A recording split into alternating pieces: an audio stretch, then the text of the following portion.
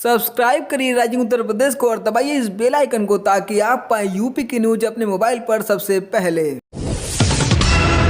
Uttar Pradesh special task force यानी STF ने प्रदेश में हिंदू धार्मिक संगठनों के नेताओं और हिंदू धार्मिक स्थलों पर हमला करने की साजिश रचने वाले पीएफआई के 2 सक्रिय सदस्यों को गिरफ्तार किया है।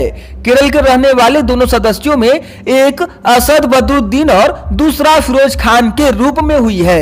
असद बदरुद्दीन कमांडर बताया जा रहा है। यह दोनों बसंत पंचमी पर्व के दिन प्रदेश के विभिन्न इलाकों में बड़ी घटना को अंजाम देने के फिराक में लखनऊ आए थे।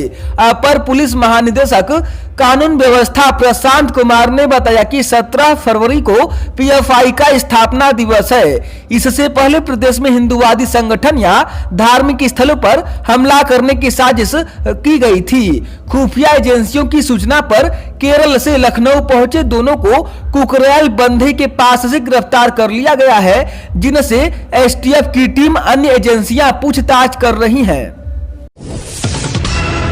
बसंत पंचमी के मौके पर योगी सरकार द्वारा 11वीं शताब्दी में बहराइच श्रावस्ती रियासत के सम्राट रहे सुहेलदेव की 1012वीं जयंती मनाई गई। इस दौरान पीएम मोदी ने दिल्ली से वर्चुअल जुड़कर महाराजा सुहेलदेव स्मारक की आधारशिला रखी।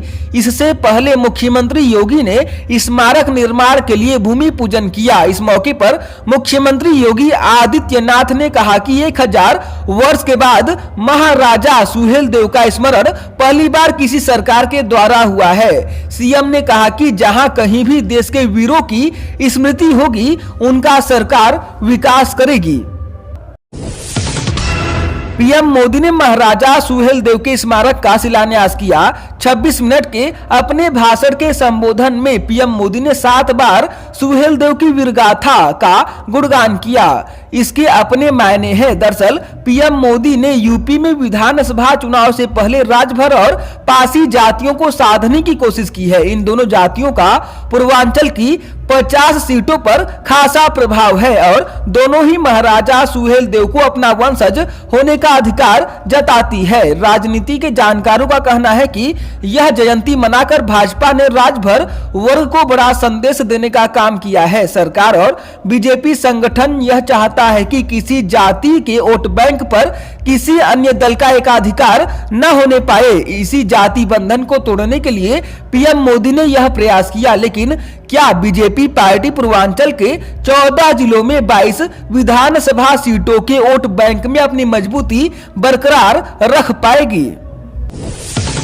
जौनपुर जिले में दोपहर बाइक सवार बदमाशों ने ग्राम प्रधान की गोली मारकर हत्या कर दी। इसके बाद हमलावर मौके से फरार हो गए। इस घटना से आक्रोशित ग्रामीणों ने शाहगंज जौनपुर मार्ग पर 100 रखकर जाम लगा दिया। सूचना पाकर पहुंची पुलिस ने जाम खुलवाने की कोशिश की तो ग्रामीणों ने जमकर बवाल किया। पुलिस की कई गाड़ियों को क्षतिग्रस्त कर दिया गया। तनाव को देखते हुए मौके पर फोर्स तैनात है। वारदात स्थल से कुछ दूरी पर राज्यपाल आनंदीबेन पटेल पूर्वांचल विश्वविद्यालय के दीक्षांत समारोह में शामिल थी। औरैया में सुबह एक भीषण हादसा हुआ। सदर कोतवाली क्षेत्र में तेज रफ्तार ट्रक ने कार को टक्कर मार दी। इससे कार सवार एक ही परिवार के 4 लोगों की मौत हो गई, जबकि एक घायल हुआ है। मृतकों में दंपति व उनकी बेटी व रिश्तेदार शामिल है। दंपति बेटी का रिश्ता तय करने के लिए कानपुर जा रहे थे। मृतक आगरा के रहने वाले हैं। घायल युवक को जिला अस्पताल में भर्ती करवाया गया है। मुख्यमंत्री योगी आदित्यनाथ ने गोरखपुर में राप्ती नदी के तट पर 3 भव्य घाटों का लोकार्पण किया। इसका निर्माण सिंचाई विभाग ने किया है। इसके साथ ही नगर निगम की ओर से बनाए गए प्रदूषण मुक्त लकड़ी आधारित एवं गैस आधारित सौदाह संयंत्र की स्थापना और परंपरागत अंत्योष्ठी स्थल का भी मुख्यमंत्री ने लोकार्पण किया। प्रदेश में स्वास्थ्य कर्मियों और फ्रंट लाइन वर्करों के बाद अब मार्च में 50 साल से अधिक उम्र के लोगों को कोरोना से बचाव के लिए वैक्सीन लगाई जाएगी। अगले महीने टीकाकरण शुरू करने के लिए तैयारियां तेज कर दी गई हैं। मतदाता सूची से 50 साल से अधिक उम्र के लोगों के नाम लिए जाएंगे। इन सभी लोगों को कोविन पोर्टल पर अपना पंजीकरण कराना होगा। फिर आधार कार्ड व अन्य पहचान पत्र से उनका सत्यापन कर वैक्सीन लगाई जाएगी। वाराणसी में कांग्रेस पार्टी के पूर्व अध्यक्ष व सांसद राहुल गांधी के बारे में दिए गए एक बयान को लेकर भाजपा सांसद मनोज तिवारी के खिलाफ अदालत में प्रार्थना पत्र दाखिल किया गया है। कांग्रेस पार्टी के विधि विभाग के प्रदेश उपाध्यक्ष अशोक कुमार सिंह तथा अन्य की ओर से यह प्रार्थना पत्र दायर किया गया है। प्रभारी अपर मुख्य न्यायिक मजिस्ट्रेट की अदालत ने इस प्रार्थना पत्र को स्वीकार करते हुए इसकी पोषणीयता पर सुनवाई के लिए 26 फरवरी की तिथि नियत की है। नई राष्ट्रीय शिक्षा नीति से माध्यमिक शिक्षा विभाग के स्कूलों को हाईटेक किया जाएगा। जिले के सभी एडेड और वित्तविहीन स्कूलों के पास अपनी वेबसाइट होगी। शासन स्तर से वेबसाइट बनाने के लिए आदेश हो गए हैं। वेबसाइट पर स्कूलों का पूरा रिकॉर्ड होगा। शिक्षक विषयवार अपनी वीडियो डालेंगे जिससे छात्र छात्राएं अपनी ऑनलाइन पढ़ाई कर सके। शासन के इस फैसले से जिले के 354 स्कूल पूरी तरह से हाईटेक हो जाएंगे। DIOS ने सभी स्कूलों को निर्देश दे दिए हैं।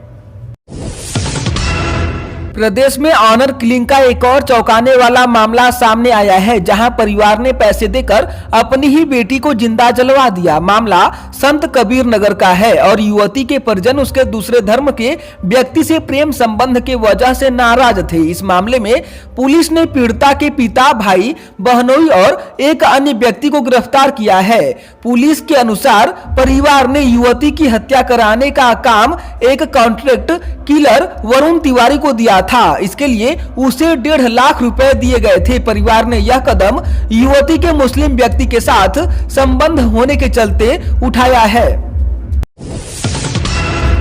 सरकारी प्राइमरी स्कूलों में शिक्षकों के पारस्परिक तबादले की सूची जारी हो सकती है। इसमें 1 वर्ष की सेवा अवधि वाली शिक्षिकाओं व 3 वर्ष की सेवा अवधि वाले शिक्षकों के भी तबादले हो सकेंगे। बेसिक शिक्षा विभाग के सचिव डॉक्टर काजल ने महानिदेशक विजय किरण आनंद को पत्र लिखकर कहा है कि सेवा अवधि वाला नियम पारस्परिक तबादले में लागू नहीं होता। पारस्परिक तबादले के लिए लगभग 11,000 शिक्षकों ने आवेदन किया है। बसपा सुप्रीमो मायावती ने पंचायत चुनाव और मिशन 2022 की तैयारियों को लेकर संगठन में फेरबदल शुरू कर दिया है। बसपा के मुख्य सेक्टर प्रभारियों के दायित्वों में बदलाव किया गया है। बड़े मंडलों के मुख्य सेक्टर प्रभारियों के बाद पूरे मंडल को 2 भागों में बांटकर 3-3 सेक्टर प्रभारी बनाए गए हैं। मुख्य मंडल प्रभारियों के सहयोग के लिए जिला सेक्टर प्रभारी लगाए गए हैं। इसके साथ ही सभी जिलों में जिलाध्यक्ष घोषित कर दिए गए हैं। बस श्रम एवं सेवायोजन मंत्री स्वामी प्रसाद मौर्य ने कहा कि राज्य सरकार निजी क्षेत्रों में नौकरी दिलाने के लिए साथ ही सरकारी क्षेत्रों में भी संविदा की भर्तियों को अब सेवायोजन पोर्टल के माध्यम से करेगी। इस पोर्टल में बेरोजगार अपना रजिस्ट्रेशन कराकर योग्यता अनुसार आसानी से नौकरी पा सकेंगे। यह भी कहा कि इस पोर्टल से घर बैठे पता चल जाएगा कि सरकारी एवं निजी क्षेत्रों के लिए आ रही भर्तियों के लिए योग्यता क्या है। कोरोना और लॉकडाउन की वजह से अर्थव्यवस्था लड़खड़ाई तो सरकार ने किसानों से जुड़ी तमाम योजनाओं को ठंडे बस्ते में डाल दिया था। अब जबकि अर्थव्यवस्था पटरी पर लौटने लगी है तो सरकार ने सबसे पहले किसानों से जुड़ी योजनाओं को फिर से शुरू करने का फैसला किया है। महत्वपूर्ण बात यह है कि किसानों से सीधे जुड़ी ये सभी योजनाएं ऐसी हैं जो विधानमंडल के दोनों सदनों द्वारा पास है, लेकिन इसे उस समय रोक दिया गया था। कारण सपा सांसद आजम खां, उनकी पत्नी एवं शहर विधायक तंजीन फातिमा और बेटा अब्दुल्ला आजम की मुश्किलें कम होती नजर नहीं आ रही हैं। अब्दुल्ला आजम के 2 जन्म प्रमाण पत्र समेत 3 मामलों में लगे आरोपों पर बहस के लिए MP MLA कोर्ट ने अलग अलग तारीख मुकर्रर की है। इस बीच अभियोजन की ओर से 3 मामलों की नकल सपा सांसद आजम खां के वकीलों को उपलब्ध करा दी गई है।